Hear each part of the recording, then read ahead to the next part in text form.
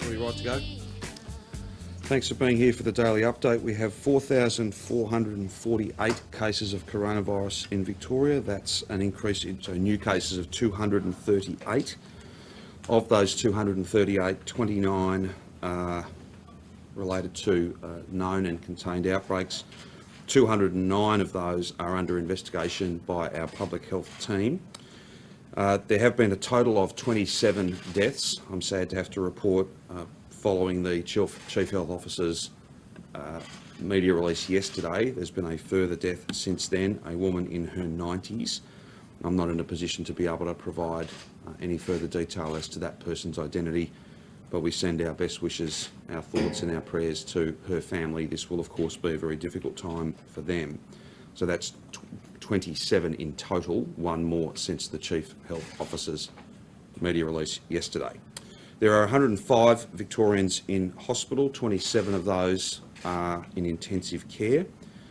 There are 1,931 active cases across Victoria. There were yesterday some 27,040 tests done. That is a really significant number given that so much of the state is under stay-at-home orders.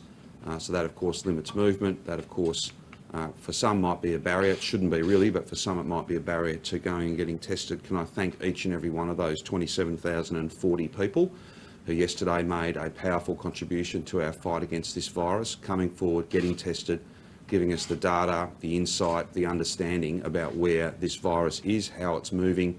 Without that data, it's incredibly difficult to be able to contain this virus, to pull it up, to get it into a controlled situation.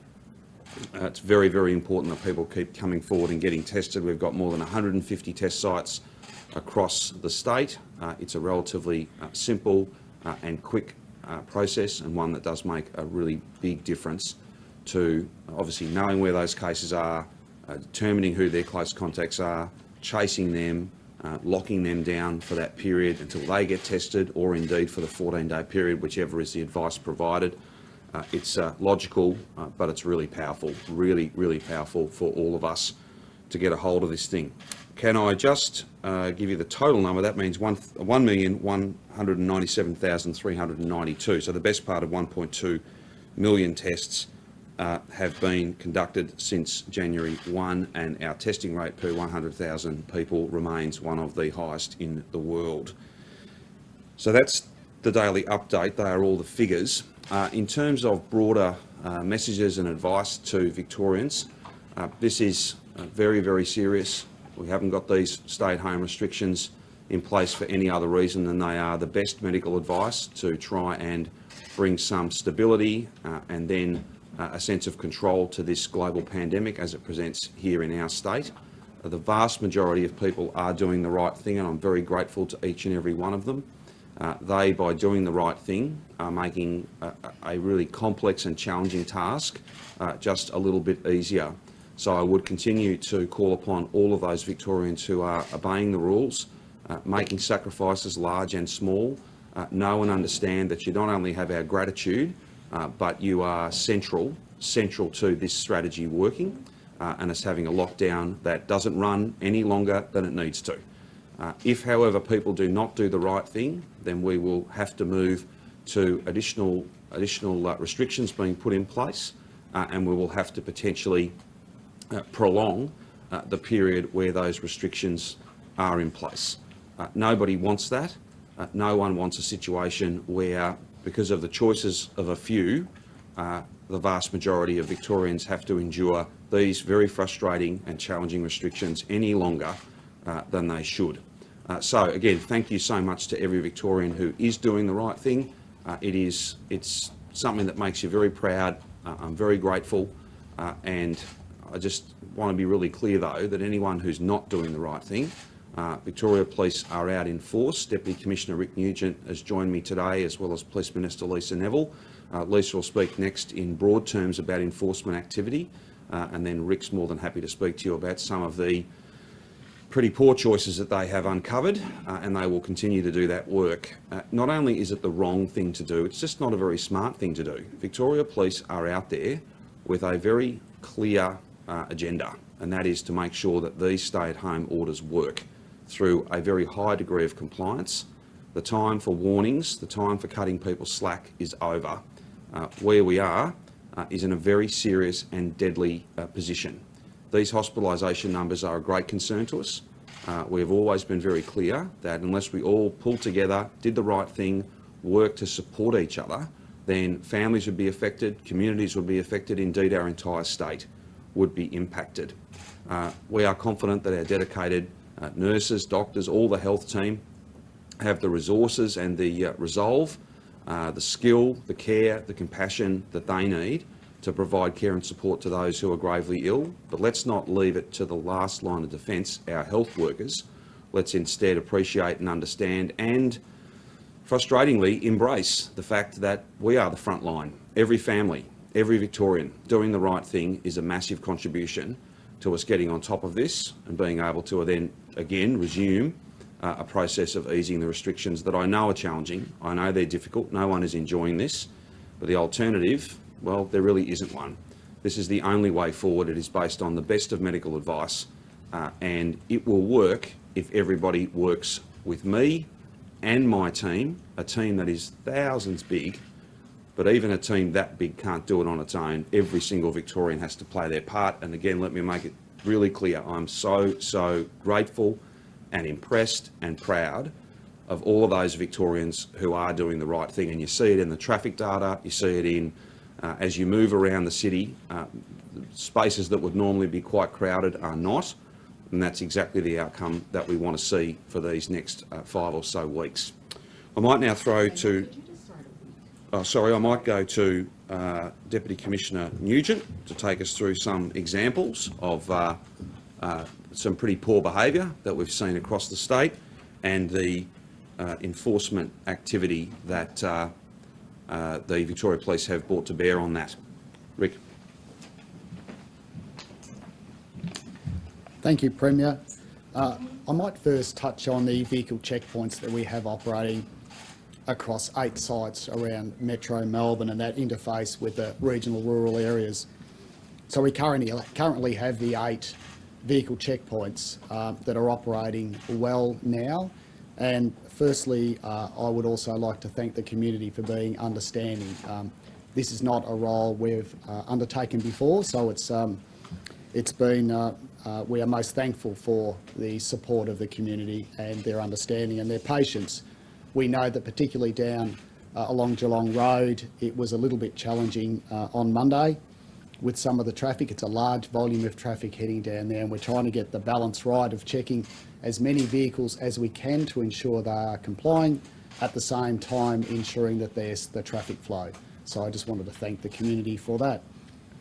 Since we commenced at midnight last Wednesday with these restrictions, we've checked 85,000 or in excess of 85,000 vehicles at these checkpoints, the majority of whom are complying with the restrictions. We are still finding that others aren't. We've issued since then 151 infringement notices to people who are not complying with the restrictions. The most common reason is going to visit family and friends or associates and overnight stays. So that is clearly not permitted under the Chief Health Officer directions, and will continue to enforce that. More broadly, Operation Sentinel continues to operate across the state with police checking private premises to ensure that people are complying where they need to, checking populated areas and checking businesses. Since midnight last Wednesday, we've issued an additional 351 infringement notices for those people breaching the restrictions. Some examples of that: last Thursday night in Latrobe Street, Melbourne, there was a party at a short-term rental property. Police were called due to the noise, issued 10 infringements and moved the people on. They were called back to that premises some hours later, and another 24 infringement notices which were issued to people who are breaching the restrictions and holding a party there. And this morning, the owner of that short-term rental was issued with a penalty notice and infringement notice for permitting that to occur, leasing out that property for that purpose. Additional examples of people breaching includes not leaving a restaurant when asked to. So clearly KFC is popular during the lockdown. A person ordered KFC and sat in the restaurant and refused to leave. Police attended and the person still refused to leave, wanting to finish their KFC. They were also issued with an infringement notice. And then last night, 10 mates sitting together around a heater, consuming alcohol, clearly a breach of the restrictions out on the street, and they were also issued with infringement notices. The reasons for leaving your premises are well known. I can say they don't include playing Pokemon. A couple of mates out in the car travelling around playing Pokemon doesn't fit within those reasons to leave, and those males were issued with infringement notices. As is visiting massage parlours and massage businesses or undertaking sex work. Since the restrictions have commenced, we've issued over 40 infringement notices to individuals visiting those premises, and additionally 2 business infringements have been issued, so over $10,000 fines to those premises as well. So we ask, please, to the community, abide by the restrictions, support the work that's being done to address this health emergency. As has been said a number of times now, the time for discretion is over. Any blatant, deliberate breach of the restrictions will result in an infringement notice being issued. A particular concern for us is the ongoing parties and gatherings. People playing poker, people holding parties. We're finding people in cupboards, we're finding people in garages. Please stop, do all you can to support what the rest of the community is doing to address this health emergency. Thank you very much. And the clear message is that, not only shouldn't this be happening, but if it does, Victoria Police are out in force, and the time for warnings is over. Last time there were many more warnings issued than fines issued. This is different. People know and understand the rules. There'll always be there'll be common sense and fairness to it. Sometimes things are not quite as clear cut as they might seem, but that's the rare example. None of the examples that Deputy Commissioner Nugent has just cited are anything other than blatant breaches. And we all know that we'd like to be spending time with family and friends. We all like to know. We all know that we'd like to be in a normal winter. This is not normal. COVID normal is what we have to find, and following the rules is an essential part of that. Behaving like that just means the restrictions will be in, potentially tougher restrictions, and they'll be in for longer than they otherwise should be. Again, thank you so much to all of those who are doing the right thing. They're making a powerful difference, particularly those who are coming forward even with very mild symptoms and getting tested. But to the minority of people who are still making very selfish choices, not only is it the wrong thing to do, it's just not very smart, because Victoria Police are out there in force and they are not mucking about. I might now ask Brett just to speak to the epidemiology of the day, and then we'll take any questions you've got. Thank you, Premier. So with 238 new cases today, we are seeing just a little bit of stabilisation in numbers over the last few days, but it's still a significant number.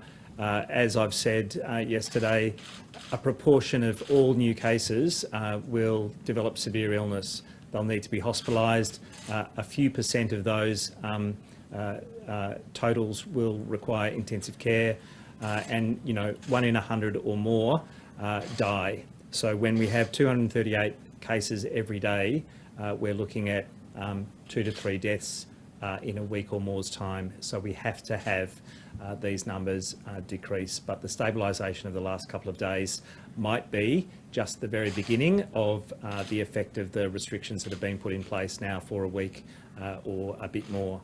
So it's somewhat encouraging, but it's absolutely not enough. And we need to make sure that we can drive these cases right down by sticking to the rules and by doing everything that we can to manage our own symptoms. So isolating whenever unwell with the mildest of illness, getting tested and making sure that we are limiting our contact with other people by staying at home.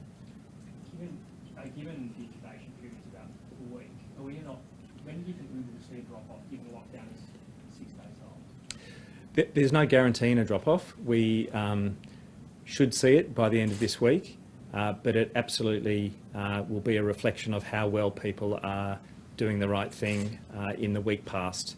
That means that if there are people who are still seeing others, who are going out for non-essential reasons, who are exposing others because they've got symptoms and they're not isolating, we won't see it decrease. We'll see it carry on like this, with the potential for outbreaks and explosive increase in cases. So I would hope that it's turning the corner this week, but no guarantees. We saw 26 new cases in Brimbank and 24 new cases, or a net increase of 24 in June yesterday. Those two LGAs had lockdowns. They were part of the original post-COVID lockdowns. Does that show that those lockdowns haven't worked, and how concerning is that? Yeah, I don't know that it means the lockdowns haven't worked. It means that they were always our hotspots. There was a lot of community transmission there. There are more opportunities for people to be exposed. I guess it highlights for me the real need for people to have an awareness of symptoms, especially in those high transmission areas, to absolutely follow the rules in those areas, and to be aware of the testing that's available there. It also means that if you're going out in the community for those essential reasons, there's more risk of transmission because of the higher number of cases there. So mask wearing becomes one of those critical things, hand hygiene, and making sure that you limit the number of people who have to go out for essential reasons, including shopping for food, including shopping for essential services. If one person in the household can do that, that's an absolute benefit. Do you have a deadline on when you'd like the numbers drop down before taking stage 4 off the table?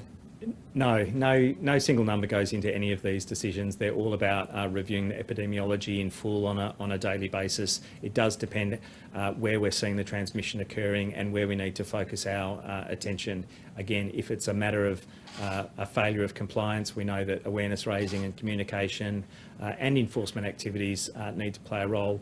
But if it's around other issues, then we need to address those through whatever mechanisms might be available, including a step up of restrictions if required. How likely is that, either that we extend the restrictions throughout the state or that we go deeper? I don't know. I honestly don't know how likely it is to step up or the opportunities to step down. But we've set that 6-week period because I'm very confident that that's the length of time that will actually be required to drive cases down. But in terms of stepping up, it really is in everyone's hands, and it's hard to say exactly how things will go in coming days. This is a wave that is different to the first wave.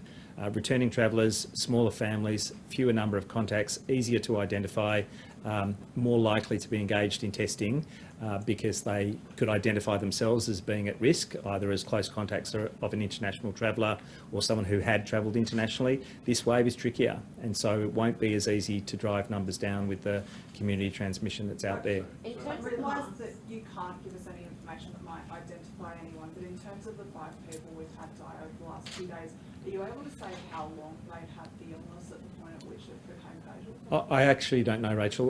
The usual course of the illness is that it can be mild in the first few days, that there is often a deterioration around the 1-week mark. There are some people who can actually have symptoms improve for a little bit before deteriorating again, but it's in that 2nd week generally for people that there's a significant deterioration in their clinical state. That's why I made the point yesterday about early referral to tertiary care if someone is deteriorating, or if anyone, family members, GPs, primary carers, are concerned about someone's clinical status, because getting that early intervention, whether it's dexamethasone or remdesivir or one of the other therapeutic agents that might be available, and getting people into hospital earlier will improve those outcomes. And I think you've seen today Australia has one of the best ICU survival rates in the world. In part, that is because of the excellent standard of care, but it's also because we haven't overwhelmed our ICUs with thousands of new cases a day. That's one of the reasons why having the lowest conceivable numbers that we can get to means that we can provide the very best care. Has there been any new clusters or any significant increase in the existing clusters in the world? Look, a couple of clusters to note. 9 cases in Bracia Aged Care in Moonee Valley, so another aged care home. There are 2 cases linked to St Basil's Home for the Aged in Fawkner. There are now 21 cases linked to JBS Abattoir in Brooklyn, again closed for some time now. There are 5 cases linked to steel mains in Somerton, and 4 cases linked to waste equipment and HIAB services in Ardea, and 4 cases linked to TD cabinets in Dandenong South. So more workplaces, more aged care that we are totally focused on. We know it's a risk setting, and we know that people are largely bringing virus in, probably unawares, as staff members.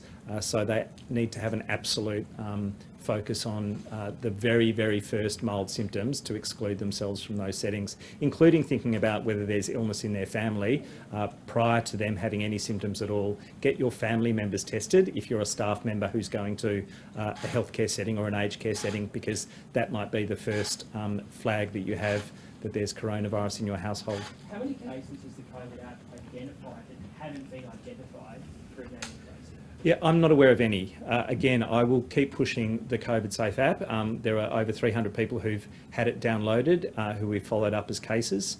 But as I've emphasised many times, we're in policy settings in Victoria where people are just at home with their immediate family, and so the close contacts that they have will be those family members, and will be the workplace close contacts because they have to go to work. They are not going to large gatherings. They are not going to stand next to strangers for 15 minutes or more. And so the COVID Safe app is not going to flag those interactions, because I don't think those interactions are largely happening. But this year at all, that no one's been identified, that hasn't already been identified through the app's done nothing. The app has not added a close contact that we haven't found through our, very extensive long form interview that takes an hour or more, where we go through every single setting and encounter that people have. So the PM said 300, so he's wrong. In terms of additional contacts found, I can't speak for other jurisdictions, but 300 is the number of people who've downloaded the app who are cases in Victoria. Were there any cases in schools since this students have gone back? No, I'm not. In terms What of new masks, restrictions would we see under a stage 4 lockdown? I think any consideration about what stage 4 might look like if it were to be in place is again based on the epidemiology. And so if we're seeing a focus in a particular setting, in a particular cohort of people, related to particular activities, that would be the focus of a stage 4 restriction. Is there any chance that bottle shops would be closed? Oh, look, I think bad news for some, I'm sure. Look, I think it would absolutely depend on the epidemiology. There's nothing that's guaranteed one way or the other in terms of what stays open or what closes. We just need to see where transmission's occurring and get on top of it by virtue of what we're seeing out of the data. Would it be more like the masks? You've obviously made, Sorry. just in terms of the masks, you've obviously made recommendations for people to wear them, but when you look at public transport, it's clear that a large majority are actually not obeying the recommendations. Would you like to move to mandatory mask wearing if that continues? I think, again, mandatory mask wearing shouldn't be off the table. I'm cognizant that not everyone can buy a cloth mask, or the 3 cloth masks that we should probably all have to be able to manage cleaning them overnight and wearing a new one the next day.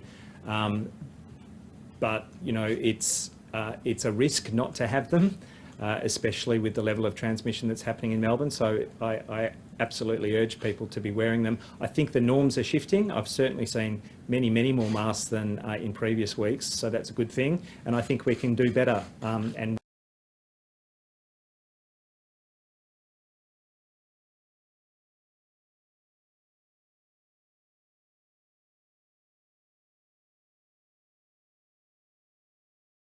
people who may not easily have access to it. I wouldn't like to see an enforcement model where people are unfairly penalised when they can't actually access one yet. Should teachers be wearing them in classrooms? I don't think teachers should be wearing them. No, I've said it before. It's difficult from a teaching point of view. You need to see facial expressions. You need to understand the intent. You need to be able to hear and follow classroom teaching. For their social interactions within the school, going to and from school, for students or for teachers, they should absolutely consider masks, and I'd encourage them to do so. Are the government providing all schools masks, but teachers don't want to wear them?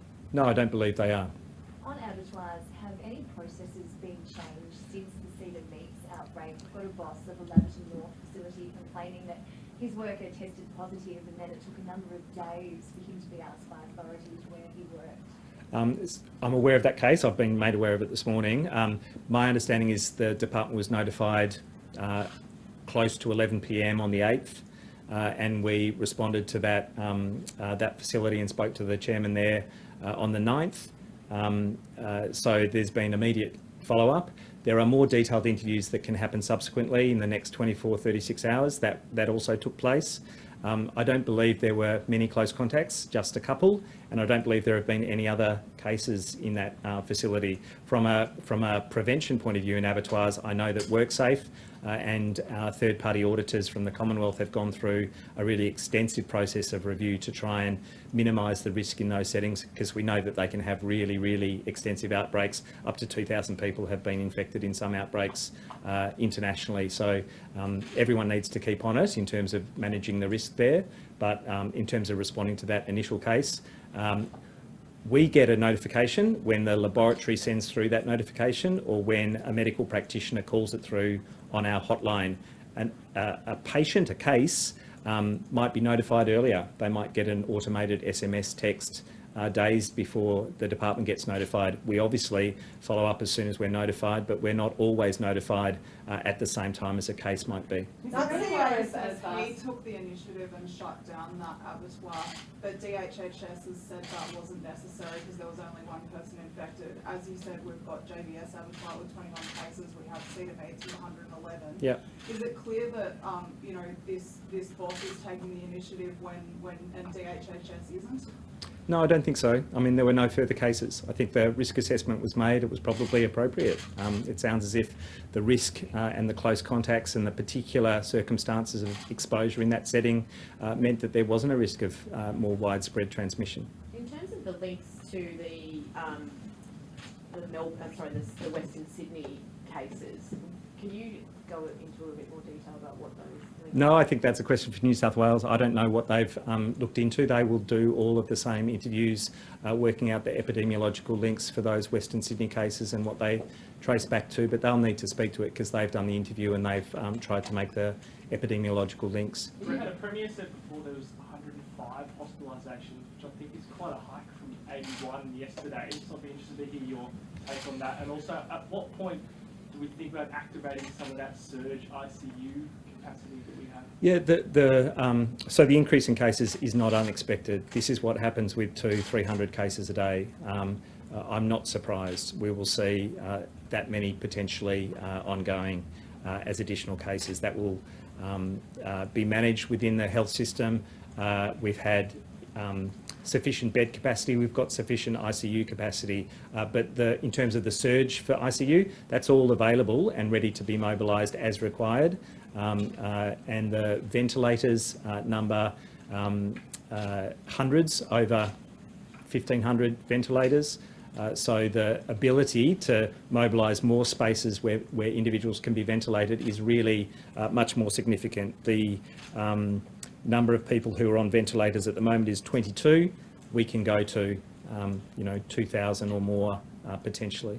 Do you think it's time to reevaluate the suppression strategy, and is it even possible to eliminate the virus here? Yeah, look, I've been asked about elimination. I'd love elimination.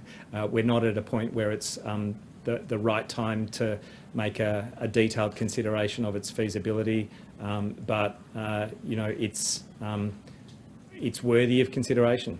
There's no question that it's got its own challenges, but it's got its benefits as well. What do you think the long-term plan is? I think a lot of Victorians are worried that we're just going to be thrown back into lockdown in another few months' time and we see another spike in cases.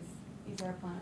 Look, it's a national plan. It's not a me plan or a Victoria plan. I think we need to have those ongoing discussions through HPPC with the other Chief Health Officers and Chief Medical Officer, and for National Cabinet to look at how it's going across the country on a day-by-day basis as well. Have hospital staffing levels been stretched at all by these recent outbreaks, and at what point might we need to call on that surge workforce database of other nurses and health specialists? Look, it's probably for Andrew Wilson, the Chief Medical Officer in Victoria, to answer that, but my understanding is that the health staff who are furloughed makes it tricky, but it's all being managed within the existing workforce.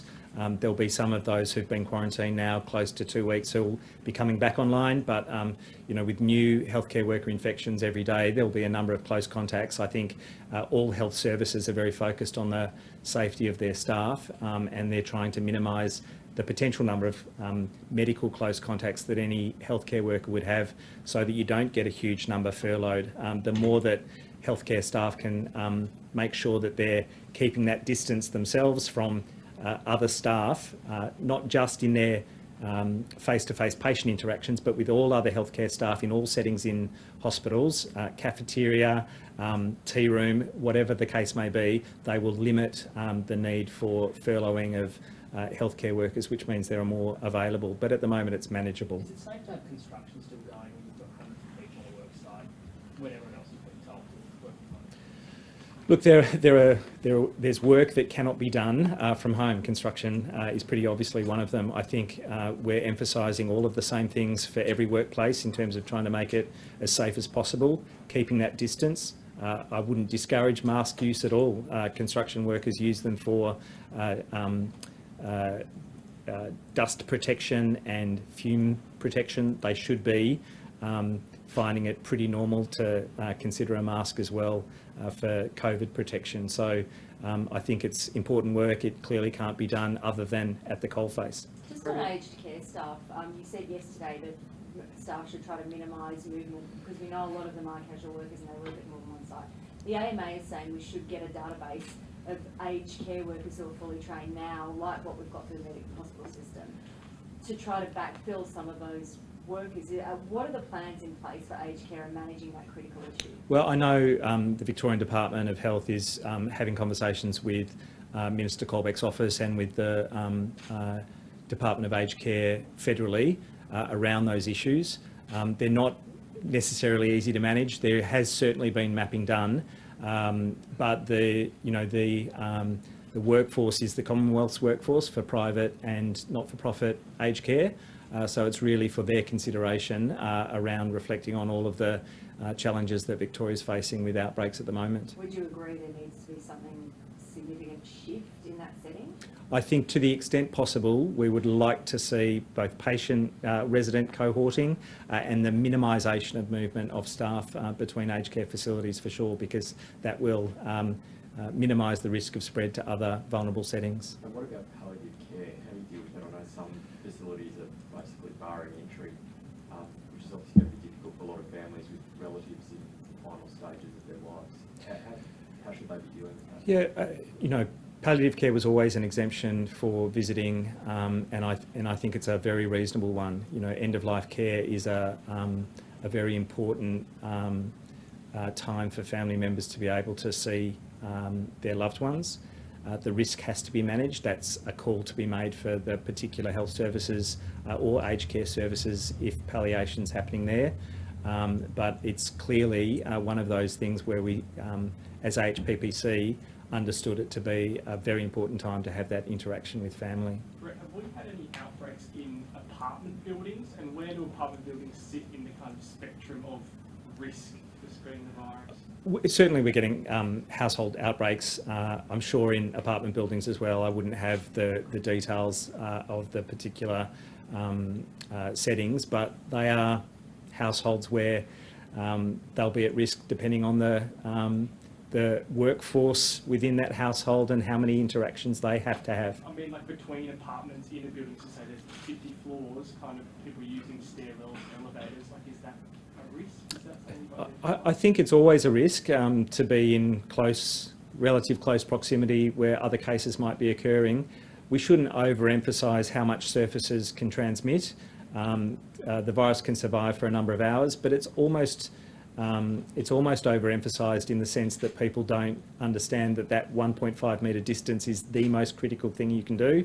People can obsess about lift buttons. I think it's important to bear in mind all of the hand hygiene that we're emphasising, but it is that limitation of interaction with other people that will be the primary thing to minimise the risk of transmission. Premier, on shared spaces, we're hearing that not every floor on 33 Alfred Street has got hand sanitizer on yet, as promised. Why is that? I'm not sure about that report. That's not a report that's been drawn to my attention. I think it's important to acknowledge that people should be and are in their own apartments. So the need for some of those treatments or some of those products in shared areas is obviously much less than it would otherwise be. I'm happy to follow it up. People are in their own apartments. There's no reason to be outside your apartment other than to get medical care, which of course you'd be accompanied by suitably qualified people, and to get daily exercise, where again there's an appropriate supervision arrangement there. And yet Greg Hunt has pledged that no health worker will die during the pandemic as a result of COVID-19. Do you back that? I haven't heard Minister Hunt make those comments. Do you back the idea that no health worker will die? I don't know that. Well, I would back the idea, Alex, that no one should die, regardless of what they do for a living, and that's why we're all working as hard as we possibly can to get the testing numbers up and to keep them up, to follow the rules, to provide care and support to those who are gravely ill, to make very difficult decisions that have significant consequences, but are all about a clear strategy to bring control to these numbers, stability, and then drive them back down. Whether they're driven down to low single digits or zero, that's in the hands of every single Victorian. Whether these restrictions are in for longer than they otherwise would be, whether there are new rules that have to be imposed, and whether people in really significant numbers die, that is in the hands of every single Victorian. That's how serious this is. Is it unhelpful for you to have the likes of Matt Canavan on national television this morning calling this a damn-made disaster?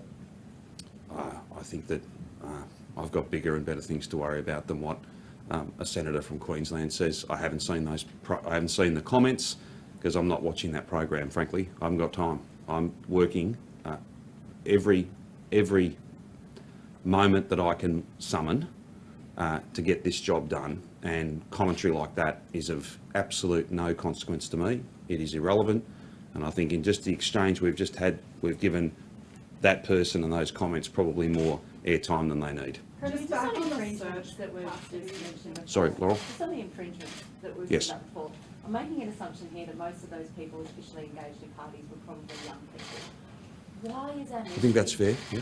Why is our message not getting through to young people? Well, look, you never get 100% compliance with anything. There's always a challenge. You've always got to make sure that you're out there enforcing the rules and making sure that people who, for whatever reason, and there'll be a multitude of reasons, and it's really difficult to speculate on what the motives of some people are, but it'd be great if we could put a set of rules in place and we didn't have to enforce them because everyone was just motivated by common good, common sense, common decency to do the right thing. There will always be a small number of people who don't. I wouldn't want that really appalling behaviour, which we've caught and fines have been issued, I wouldn't want that to detract from the fact that the vast majority of Victorians are doing an amazing job, and I'm deeply grateful to them. They've got to keep going. We all have to keep going, and Victoria Police have got a job to do to make sure that anyone who's not following the rules, they get caught, they get fined, and hopefully that is a really significant way in which we can change the behaviours that they're exhibiting. Have you thought about boosting or increasing the penalties because this is still happening? I think that the penalties are very, very significant when you think about it. Businesses, 10,000, individuals, 1,652. There are opportunities beyond that if a really serious breach or multiple breaches, for instance, these matters can go to court where those fines do increase substantially. Look, if Victoria Police came to me and said we want different penalties because we think it'll assist in our work, then of course we would look at that, but that's not a request that's come forward, Richard. And just back on our surge capacity, Sure. we had $1.3 billion committed in April to boost what was then 476 ICU beds by 4,000. Where are we at with those 4,000? I don't think we'll need 4,000 of those, but there is substantial, that's the advice I've got, Rachel, there's substantial additional capacity. I think the Chief Health Officer just went to a number of about 1,500 and then potentially more than that. Not every patient will need exactly the same thing. There'll be, if you like, degrees of intensive care. So there's one-on-one patients that need a machine to help them breathe. There's then high dependency patients who need perhaps a little less care, that still need lots of care, but less care than someone who is being supported via one of those 1,500 plus machines that we've got sitting waiting to be deployed. I think it's important to think about treatment spaces rather than beds. If you get to the point where you need that sort of surge capacity, people won't be too worried about whether it's in a dedicated ICU ward or whether other spaces in the hospital are converted into an ICU ward. Those hospitalisation numbers at 105 are of concern to us, as Brett indicated, not a great surprise. The only pleasing thing there is obviously those numbers are up, but the ICU numbers are relatively stable. But again, everyone needs to do the right thing, play their part. Thank you to those who are. That on every single metric, how much virus there is, how much it spreads, how long restrictions are in, the nature of those restrictions, how many people have to go to hospital, how many people are in intensive care, and how many people ultimately die. That is all the product of how hard we all work and the contribution that we make. Come forward, get tested, even if you've got mild symptoms. If you've got those mild symptoms, don't go to work. Don't visit family. You shouldn't be visiting family anyway. Don't go out shopping. To people who don't have symptoms, go shopping for the things you need when you need them. Stay at home means just that, stay at home. It's frustrating, it's challenging, I know that, but it will work if we all sign up to it, if we all embrace that COVID normal, as challenging as that is. It will be successful in bringing stability to these numbers and then driving them down. And that'll mean restrictions can be eased rather than us having to extend the 6-week period or having to put additional rules in place because the ones we have now didn't have the take-up and the buy-in and the collective effort that is central to making them work. We've got more ADF arriving this afternoon. Sorry, one? More ADF arriving this Correct. afternoon. What are their initial tasks going to be? I know you outlined broadly what... It'll be, well, it depends exactly who arrives, and there'll be, I think it'll be fair to say there'll be arrivals each day for the foreseeable future. It does take some time to go from about 335 staff to about 1,000 more than that. There'll be leadership as well as other senior people that are performing, I think, specialist tasks in the main. So it'll be off that list I went through yesterday and the statement that the PM and I put out. They'll just progressively, day after day, week after week, tick off all of those, and then we'll have sooner rather than later. But again, it does take some time to stand up a contingent as big as that. But their skills are well understood. The task at hand is well known, and we're applying the best skills to our best efforts right across the board. It's principally providing specialist support where ADF have got those skills. So tasking, making sure that we're making the best use of everybody in the team, and then some specialist roles that I mentioned yesterday, the working alongside Ambulance Victoria, taking over some testing sites, some of those big testing sites, continuing to support Victoria Police in that hard border between Metro Melbourne, Mitchell Shire and regional Victoria, all of those things that we went through yesterday. But I think the arrival of additional support will be a feature of many days to come, because it does take some time to get 1,000 more on the ground. Just on the scale of potential for tougher restrictions, how seriously is that considered and developed? And what sort of notice would the public get? There's been a bit around people panicking that it's going to happen tonight, etc. Well, nothing that we said yesterday should have been, I don't think, we certainly didn't. That's not something you said, sorry, that's...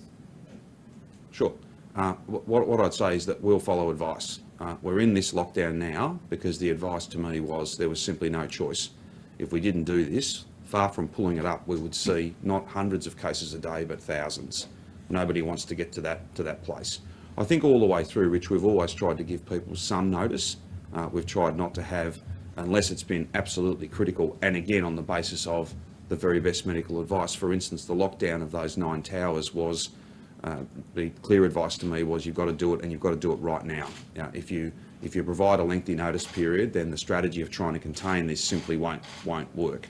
The likelihood of further restrictions and the length of the current restrictions is in the hands of every single Victorian. Thank you to those who are doing the right thing. To those who aren't, they are selfish choices. You will be caught. Not only is it the wrong thing to do, it's just not smart. It's just not smart. You will get caught. Victoria Police are out there and they're doing a fine job at working with the community, providing information and support, but also making sure that these rules are followed. Well, if you ask those to go to stage 4, how confident are you that it'll work, given that we've had so much transmission between essential workers who are probably going to have to keep going to work anyway, and family groups who were breaking rules that were in place? Well, look, Rachel, I'm not foreshadowing stage 4. I'm simply speaking as plainly as I can. If people don't follow the rules, then additional restrictions become more likely. So whether you are motivated by someone in your own health, someone in your family, someone in your community, whether you're motivated by those sorts of things, whether you're motivated by the sense that we're all in this together, or whether you're motivated by wanting to get out of lockdown as fast as you can, do the right thing. That's the really simple message. Again, thank you to those who are. That is the vast majority.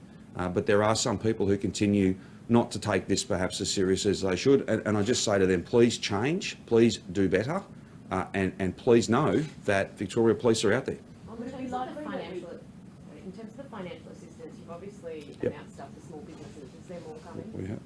Well, Especially for landlords and ratepayers? There have been 2 announcements, or sorry, more than that, but 2 packages of support, the last of which was in the order of about 550 million. We certainly don't rule out providing further support to those who are most affected by this. Then, of course, there's our health response, our emergency services response.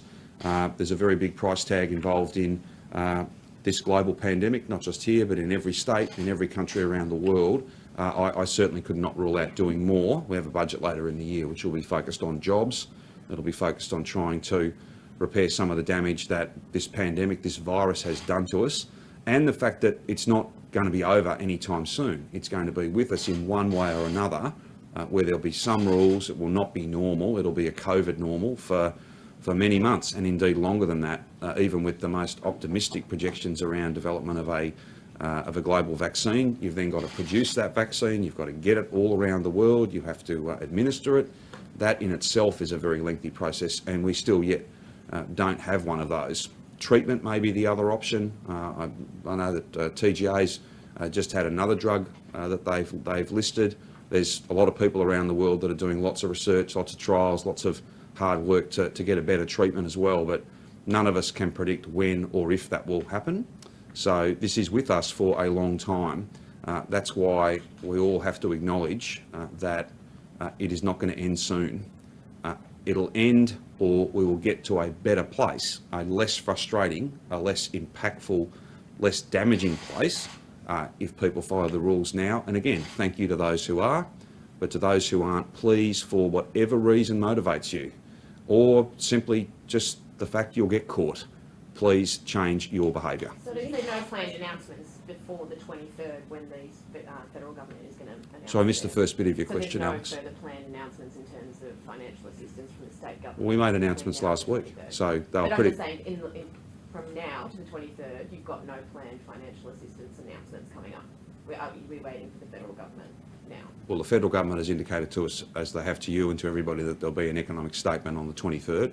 We've had substantial discussions, and we continue to be in discussions with the Commonwealth Government, and we're confident that when it comes to job seeker, job keeper, and other policy settings that they have in place, hardship is going to continue to drive them, and therefore, where the greatest hardship is, the greatest support will be. And I think that's a real comfort to everybody. But we have to wait and see. That they're obviously they're not our government. They are a different government. We work very closely with them, and it's their. They're perfectly entitled to make their own announcements. The 23rd, I think, will be a very important day for all of us. Just on restrictions, if we do increase restrictions, is it likely that we would go statewide for level 3 and then go to stage 4, or how is it likely to work? Well, again, it will all be based on where the virus is, how it's being transmitted, those patterns of transmission. So the science of this will basically drive us, as it always has. So it's really difficult to foreshadow what further steps might look like, except to say this is largely in the hands of every single Victorian. If we all work together and acknowledge that it's us that are on the front line, every individual, every family. If you follow the rules, let's not have a situation where we just rely upon the last line of defence, our nurses and doctors in intensive care units. Let's all play our part. Thank you to those who are. Those who aren't, please change your behaviour. That's the smart thing to do. It's also the right thing to do. Whatever next steps, if there is a need to take them, we'll give people as much notice as we can. They'll be based on advice, they always have been. And that's why testing is so important. The more testing we have, the greater understanding we have about where this virus is, chains of transmission, the kind of epidemiological patterns of this. They're all facts, and that helps you then to make some very difficult choices. Are you comfortable with the numbers in regional Victoria?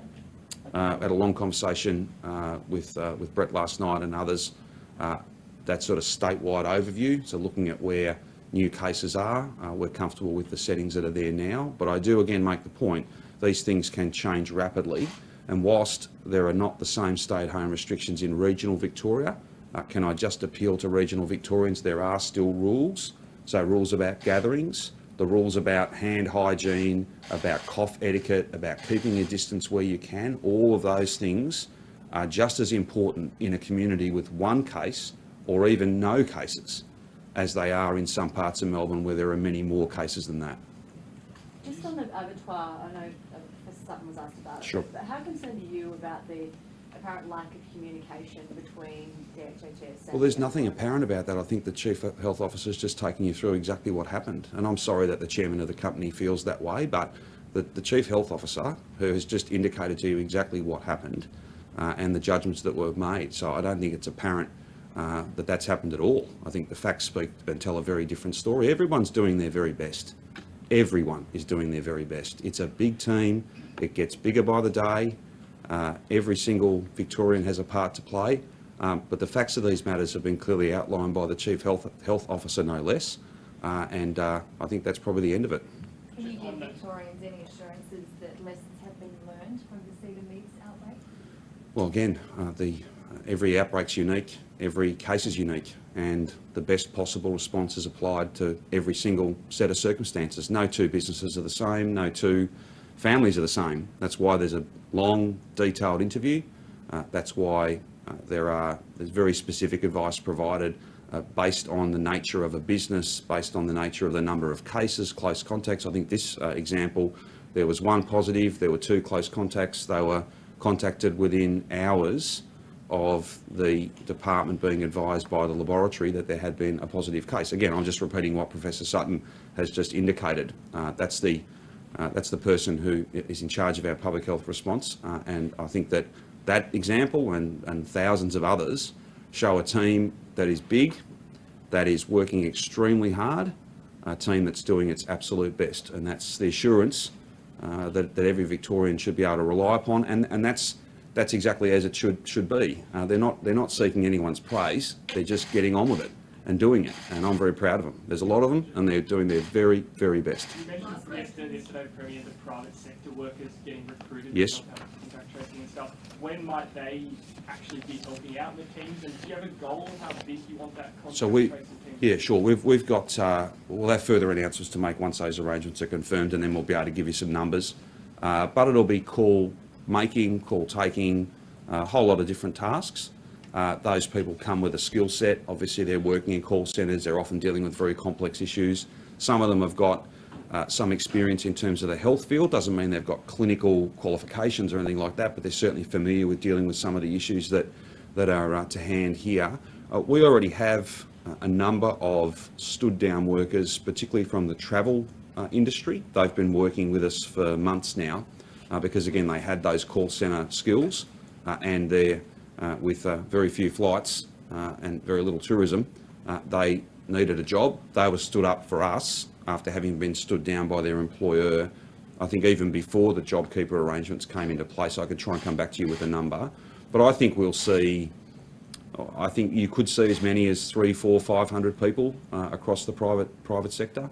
That's dependent upon some of the individual discussions we're having with them, but the list we gave you yesterday, I don't think there's anyone to be added to that list at this stage. The other point I make, though, the banks, that's more of a kind of forward play. So we're going to try and train them now preemptively in the event that we need them. We, of course, hope we don't, but whether it's managing fatigue or dealing with growing case numbers or waves as they present over the life of this thing, the more people we've got trained sitting off to one side ready to help out, obviously the better. Just on the potential for a harder lockdown. Yes. A lot of businesses want a hard lockdown now and they want an elimination strategy, just so we're not seesawing in and out of these lockdowns. Sure. Is that something that's been considered? Well, the National Cabinet decision is not to drive this down to 0 cases for weeks and weeks and weeks at a time, and that's the only way you could be confident that you had basically driven, that you'd ultimately beaten it, like the ultimate success. The decision that there's a massive economic cost that comes with that. I suppose what we're in at the moment is an exercise in testing the notion of how challenging is it to actually suppress and to regain some sense of control. There are many other countries around the world that have had second waves, and indeed waves beyond that. We're focused on our challenge right now, and if Victorians continue to do the right thing, come forward, get tested, they take these restrictions seriously and understand that they're there for no other reason than there's no other option. This is our only option at this stage. If you want those rules to come off quicker, if you want to get past this quicker, if you want to avoid a fine, then if you want to save lives, whatever motivates you, that's not necessarily the biggest issue. The biggest issue is people moderating their behaviour, changing their conduct, following the rules, being part of this, and acknowledging that we are all in this together. The scientific name, if you like, the public health label we put on it is less of an issue.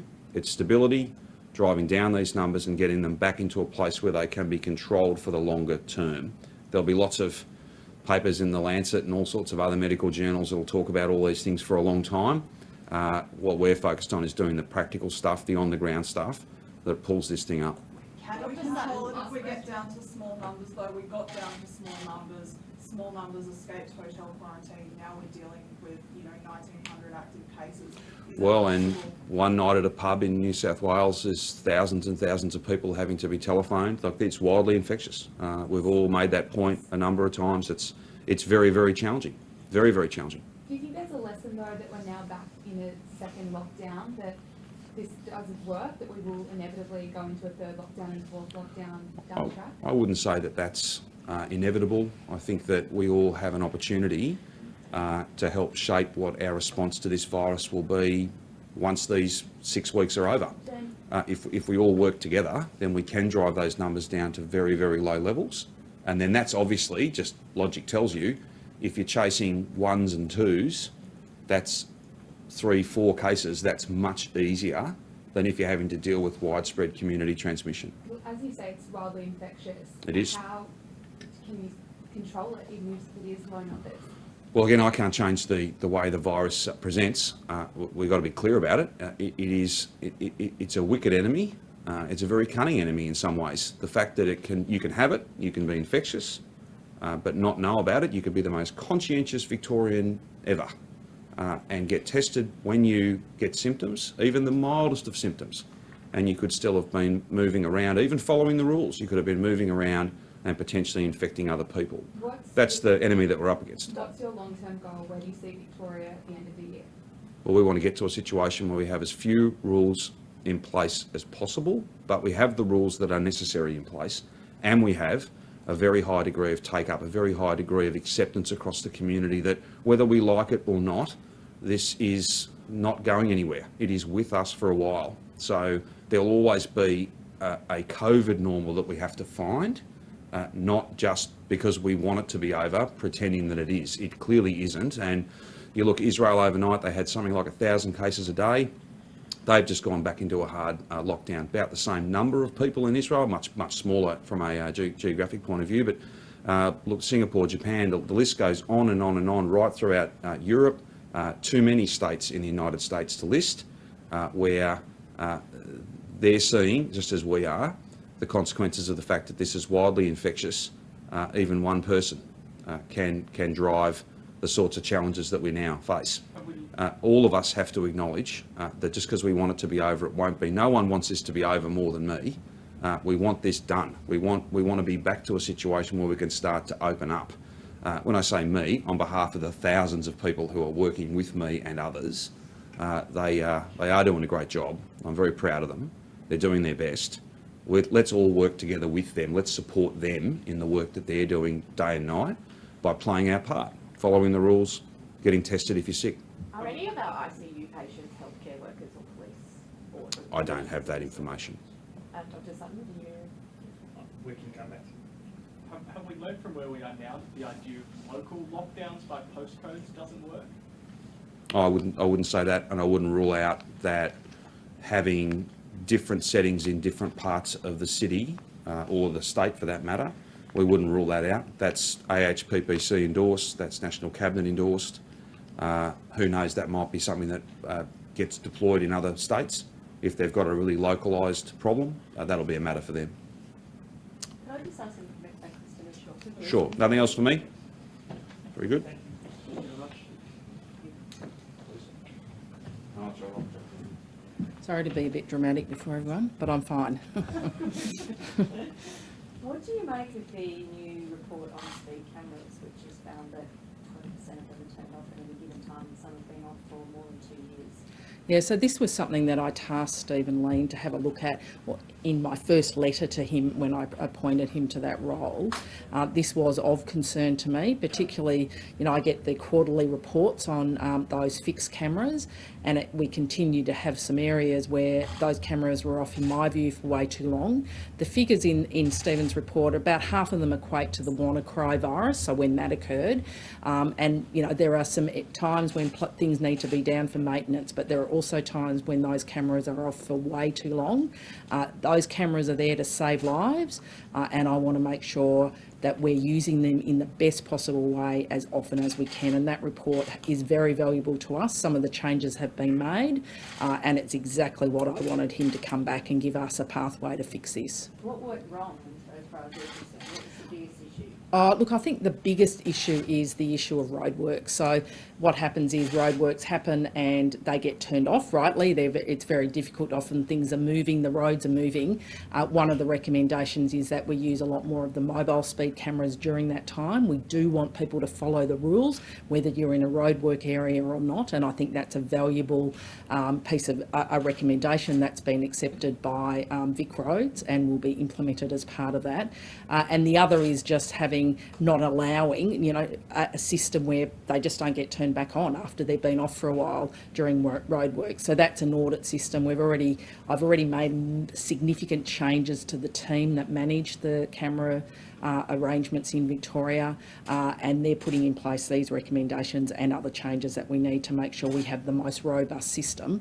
As I say to Victorians, this is not about revenue raising. We know these cameras save lives. We know that they work. We know if people think they're going to get caught, they will change their behaviour. So we need them operating as best as possible. And I thank Stephen for his report. So when you say that changes have been made to the team, does that mean heads have rolled over this? Yeah, there were changes that were made as a result of some of when the WannaCry virus occurred. It became clear to me that we didn't have the right people doing the jobs, and those changes were made at the time in the leadership in there, how it was managed within the department, and we also made changes to the powers of the Road Safety Camera Commissioner to make it more independent and to ensure that they could get the information that they needed. All of that has now culminated in this report as hopefully one of the really critical next stages of changes we need to make. When were you first made aware of the issue? I started seeing this on, I'd go through the quarterly reports. I had some conversations with John Voyage about it, but we had the WannaCry virus, that was his. So it was really during that time I noticed how often those cameras were down. So it was almost it was my first letter to Stephen Lean when he was appointed last year, said this is your number one priority. And he's taken that seriously and reported back very quickly. As he's been doing the report, we've also seen the department make some of those changes that was needed. There are suggestions that one of the problems was that half of the list just got lost and was never fixed in terms of the cameras being fixed. Do you think that there is cultural issues within the department where they brush problems under the carpet? I think there was absolutely cultural issues in the department, in the road camera safety system, no question, and that's why I made significant changes to that. They've been in place since post the last election. They're making a big difference both in terms of accountability, reporting, implementation of recommendations, as well as the relationship with the Road Safety Camera Commissioner. I feel much more confident, but this is an area that I'm continuing to task the Road Safety Camera Commissioner with tasks to make make sure we have the most robust and transparent system we can. In terms of domestic violence, there's obviously rises in cases at emergency departments as well as police call-outs. Are we changing the response at all now that we're in the second wave, or are we doing Well, business as usual? Well, right across the board, police have been increasing their resources, whether it's Sentinel, whether it's the PSO, but also importantly Operation Ribbon, which they put in place, that continues to operate. So this is where they're reaching out to people.